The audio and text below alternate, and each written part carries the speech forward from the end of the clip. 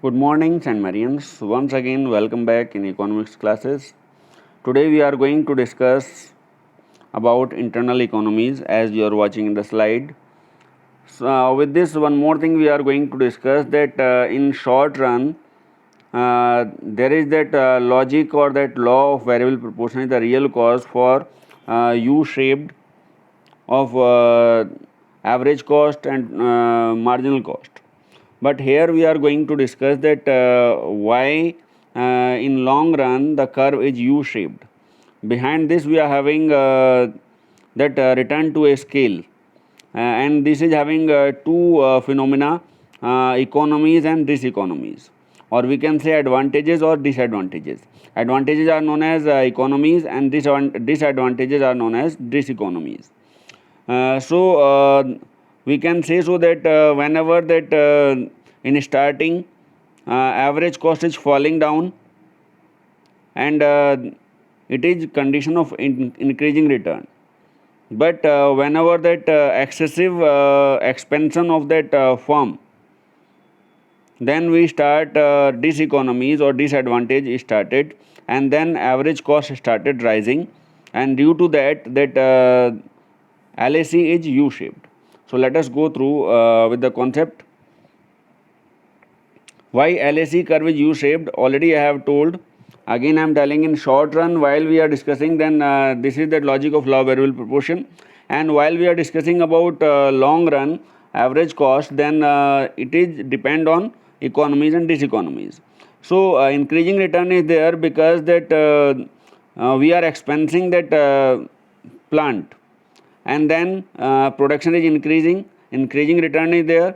But whenever we are excessively increasing that production, then some disadvantage also included in that one, and due to that average cost start rising after that maximum utilization of resources.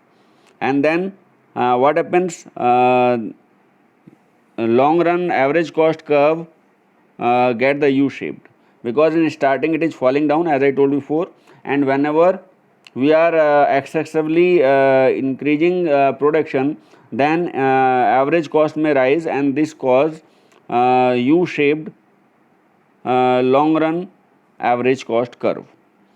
So per unit cost will increase due to diseconomy, and per unit cost is falling down, average cost is falling down due to economies in starting, but afterwards it becomes the diseconomy. So this is that real fact of this long run average cost curve is U-shaped. So now we are going to discuss the facts about internal economies. So what are internal economies? As I have told recently in first slide, that economies are advantages and diseconomies are disadvantages. So that internal economies are those economies which arise from expansion of plant or size increase in the scale of production of firm. So it whenever we are expanding that firm, so whatever the advantages are there, or on which we can expand that firm, so that is known as internal economies. So internal in the sense we can say so that when we are increasing that firm, specifically each firm, and they are enjoying only those firms which expand their scale of production. So while when we are changing the scale of production, then we are expanding the production, and this is known as internal economies.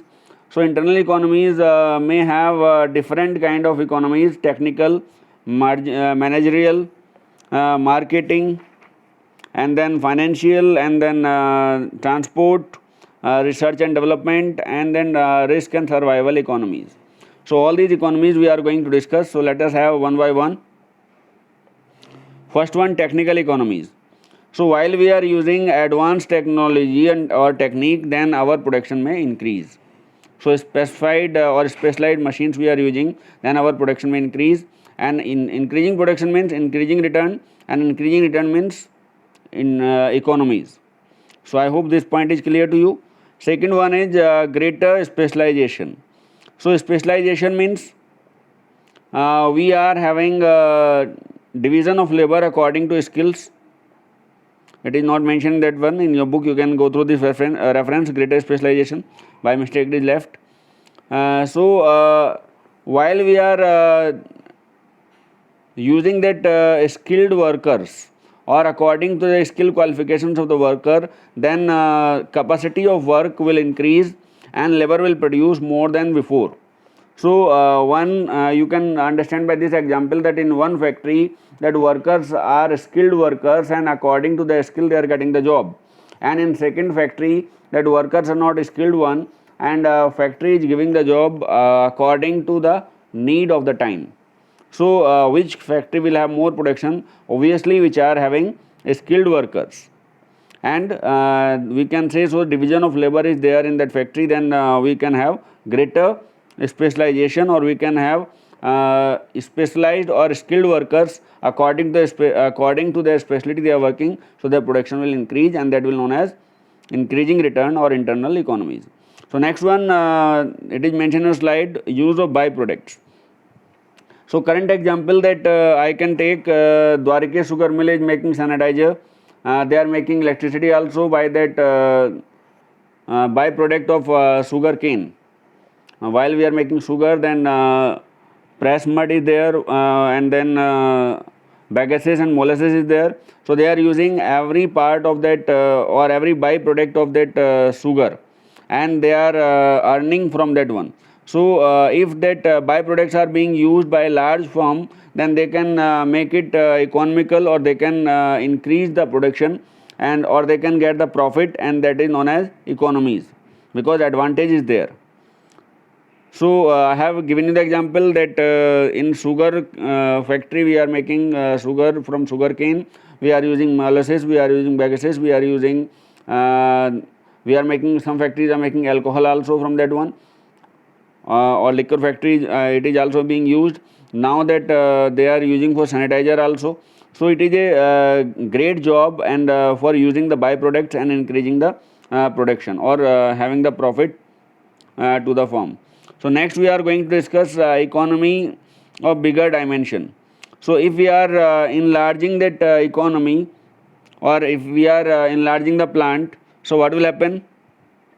Large number of workers and division of labor may become possible due to enlargement of the plant. According to the skill of the workers, we can give them job, and they can have better performance or better capacity, and in this way that factory will have more production.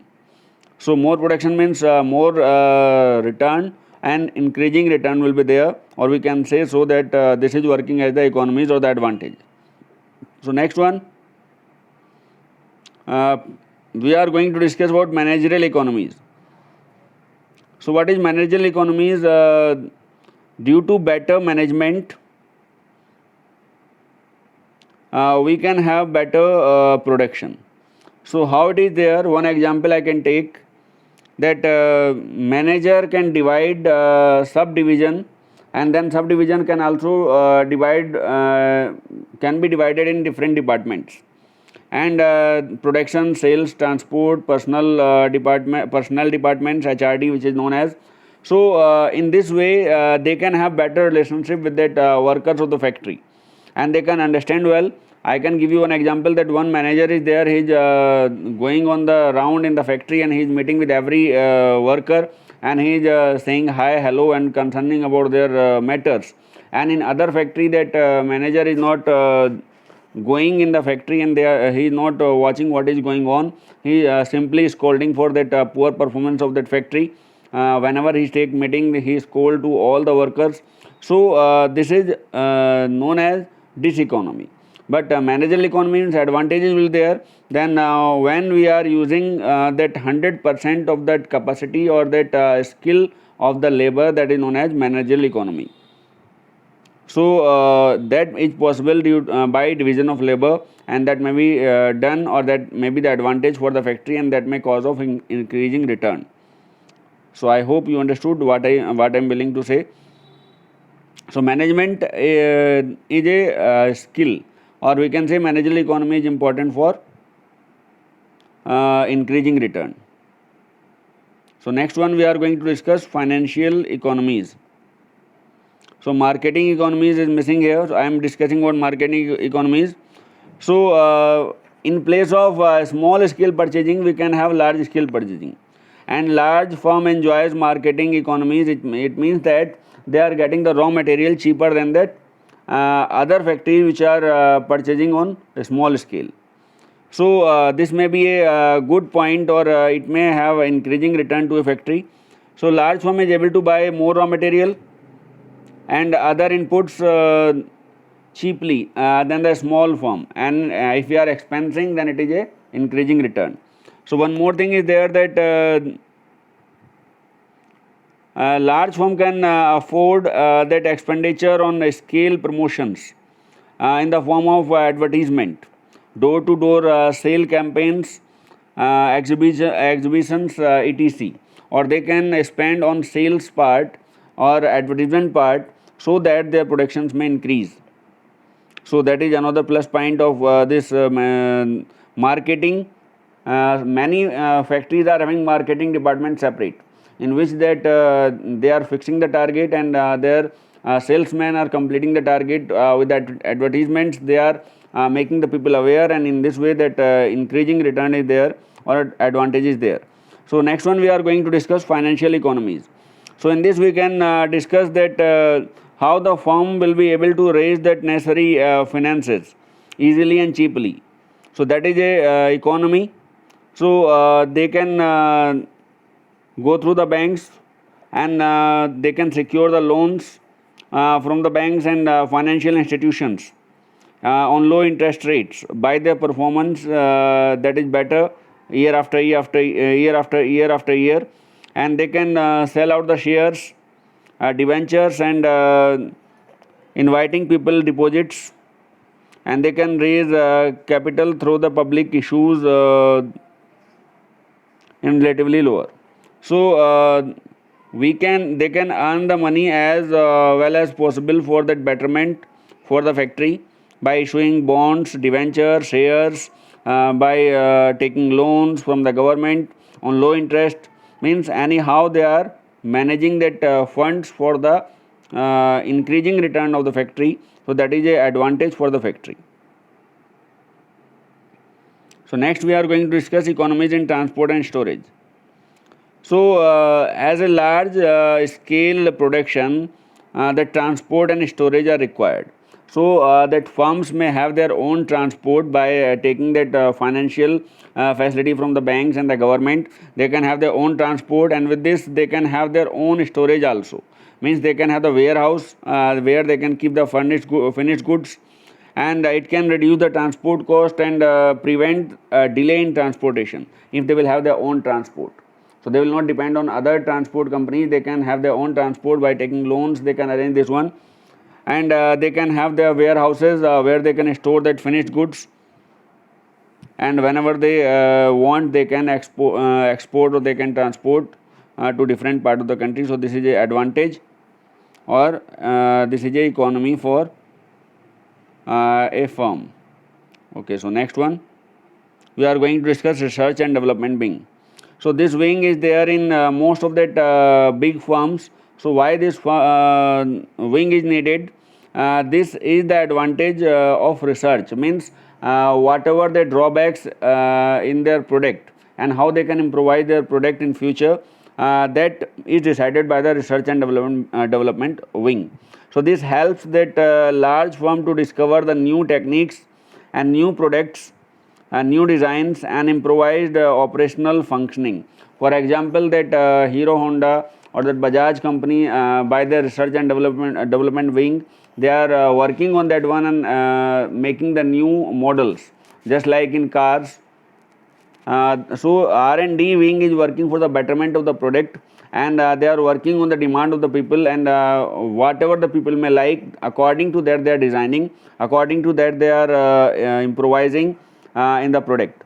So this wing is very important for any firm. So this is also considered as internal economies or advantage to a firm. So next we are going to discuss last one, that is risk and survival economies. So large firm is able to face the risks. So if the company is willing to take that risk over uncertainties, then this is known as risk and survival economies. Why it is so? Because if you are not ready to take a risk, then you cannot survive in the market. So absorbs various business shocks and can wear the risk and survive, then it is known as internal economies. So large firm or a big or we can say that changing in the scale, while a large firm is changing the scale, so it is a risk. And if they are ready to take shocks, if they are ready to take that losses, then it is known as risk and survival economies. So sometimes new experiments, new products may not bring plus point of profits, but in long term those products may be popular in that people, and they can have more and more revenue for the firm. So if a firm is not willing to take risk, then a firm cannot have advantage. Especially the large firm should take the